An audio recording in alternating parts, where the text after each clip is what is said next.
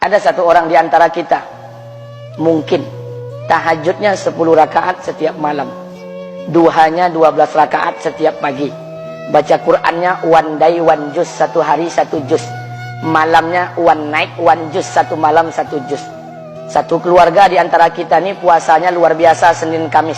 Satu keluarga berpuasa Senin Kamis. Tak cukup puasa Senin Kamis, dia puasa Nabi Daud. Sehari puasa, sehari tidak, sehari puasa, sehari tidak. Tak cukup dia puasa Nabi Daud, dia puasa-puasa sunnah lainnya. Istrinya nutup aurat dengan sempurna, pakai nikob, pakai cadar, pakai purda, pakai manset, pakai kos kaki. Suaminya 5 waktu ke masjid tak tertinggal takbiratul ula. Anak-anaknya di pondok pesantren hafiz dan hafizah. Tiap pagi berinfak, tak pernah menggunjing orang. Quran terjaga, aurat terjaga, tahajud terjaga, 5 waktu terjaga, duha terjaga, Quran terjaga, puasa terjaga. Sempurna satu keluarga amalnya. Tapi sudah 8 tahun dia tak tengok ayah ibunya.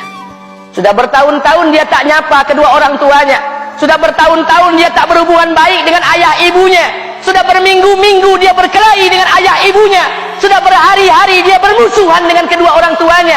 Maka anak seperti ini, seluruh amal yang mereka kerjakan tertolak di sisi Allah Subhanahu wa taala, tidak akan diterima Allah.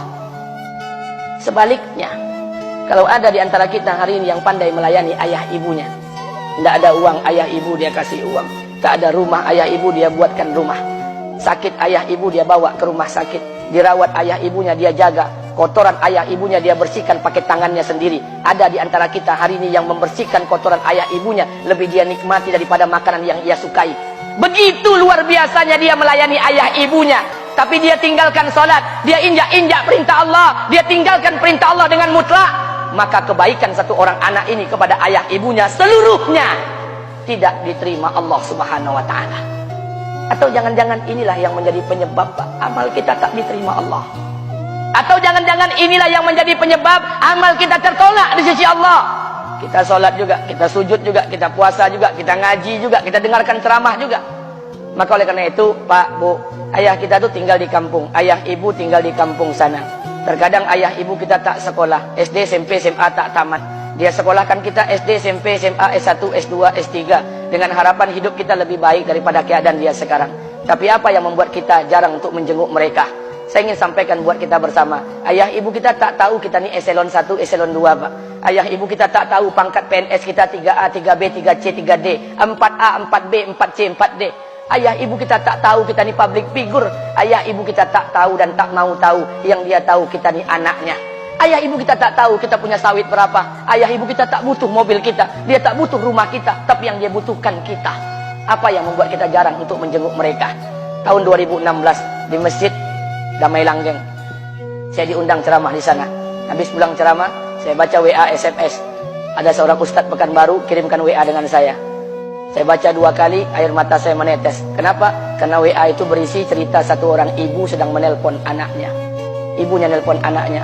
Assalamualaikum nak. Waalaikumsalam kata anaknya. Kata ibunya, nak, sudah 1 bulan kau tak tengok ibu. Apa yang membuat engkau berhalangan nak? Apakah kau sibuk dengan pekerjaanmu? Minggu yang kedua ibunya telepon lagi.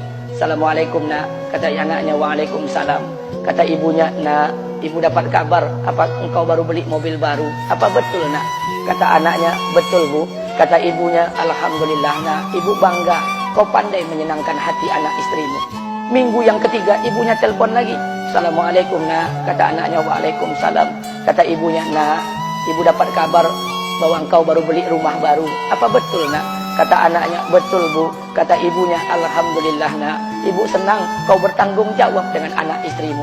Minggu yang keempat ibunya telepon lagi. Assalamualaikum nak. Waalaikumsalam. Kata ibunya, nak, tadi ibu pergi ke pasar, ibu jumpa temanmu di pasar. Kata temanmu di pasar, temanmu banyak bercerita tentang kamu. Kata temanmu tadi, kamu baru beli anak anjing seharga 40 juta dari negeri Belanda. Apa betul nak? Kata anaknya, betul.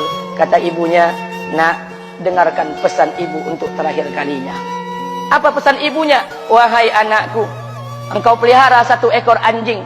Kau siapkan harga anjing 40 juta. Kau siapkan rumah untuk anjingmu depan rumahmu. Kau jaga anjingmu pagi, siang, dan sore. Kau mandikan anjingmu pagi, siang, dan sore. Kau kasih makan anjingmu pagi, siang, dan sore. Demi Allah nak, dengarkan pesan ibu untuk terakhir kalinya. Apa kata ibunya? Demi Allah nak, demi Allah, Kalau seandainya Allah menciptakan ibu, kalau seandainya Allah menciptakan ibu untuk yang kedua kali di muka bumi ini, nak, demi Allah, ibu tak ingin terlahir sebagai manusia. Ibu ingin lahir sebagai seekor anjing, biar berada depan rumahmu dan melihat wajahmu setiap hari. Ibu kita tak butuh harta kita, Pak. Dia tak butuh uang kita, dia butuh kita. Apa yang membuat kita jarang untuk menjenguk mereka? Pantas hidup kita tidak berkah, pantas rumah tangga kita tidak sakinah, karena hubungan dengan ayah ibu kita rusak selama ini.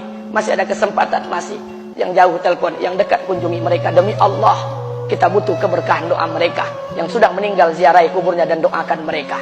Imam As-Syafi'i berkata, apa kata Imam As-Syafi'i? Manusia zalim, manusia bodoh, kalian tak tahu apabila ayah dan ibu kalian mengangkat tangan di malam hari, dia berdoa kepada Allah untuk anaknya.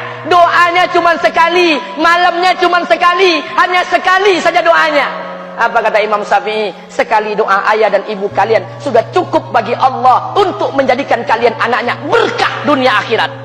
Hari ini berapa banyak doa ayah dan ibu kita, tapi tidak ada keberkahan buat anak mereka. Kenapa? Hati mereka tersakiti. Maka pulang, Pak, cari mak bapak kita. Kita punya rumah hari ini, Bu, kita punya rumah, punya harta, punya uang, punya pekerjaan, punya kekayaan, punya sawit. Kita jadi orang hari ini jadi pegawai bukan kena sarjana kita, Pak. Kita jadi orang hari ini bukan kena otak kita. Kita jadi orang hari ini bukan kena kepintaran kita. Kita jadi orang hari ini jangan-jangan kena keberkahan doa ayah dan ibu kita yang tak pandai tulis baca di kampung sana. Cari mak bapak kita, Pak. Demi Allah, kita butuh keberkahan doa mereka. Apa guna di kehidupan dunia sementara Allah tidak ridho dengan kehidupan kita? Pantas amal kita tertolak di sisi Allah. Maka pulang ke rumah, cari mak dan bapak kita yang masih hidup, duduk bersama mereka. Kalau seandainya kita tak bisa membahagiakan mereka, jangan pernah menyusahkan mereka.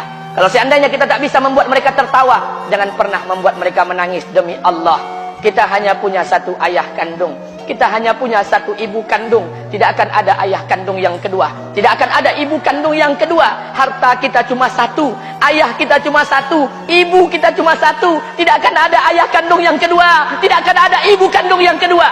Pangkat jabatan bisa dicari, harta bisa diraih, kesempatan membahagiakan ayah dan ibu kita hanya sekali di kehidupan dunia ini, Pak. Pulanglah. Ketika mereka memanggil, tinggalkan istri, tinggalkan pekerjaan, tinggalkan semua proyek kita. Demi Allah, datangi mereka. Kata Nabi, sesaat kalian duduk bersama ayah dan ibu kalian akan mendatangkan keberkahan. Kenapa kalian tidak duduk bersama mereka? Jangan-jangan inilah yang menjadi penyebab amal-amal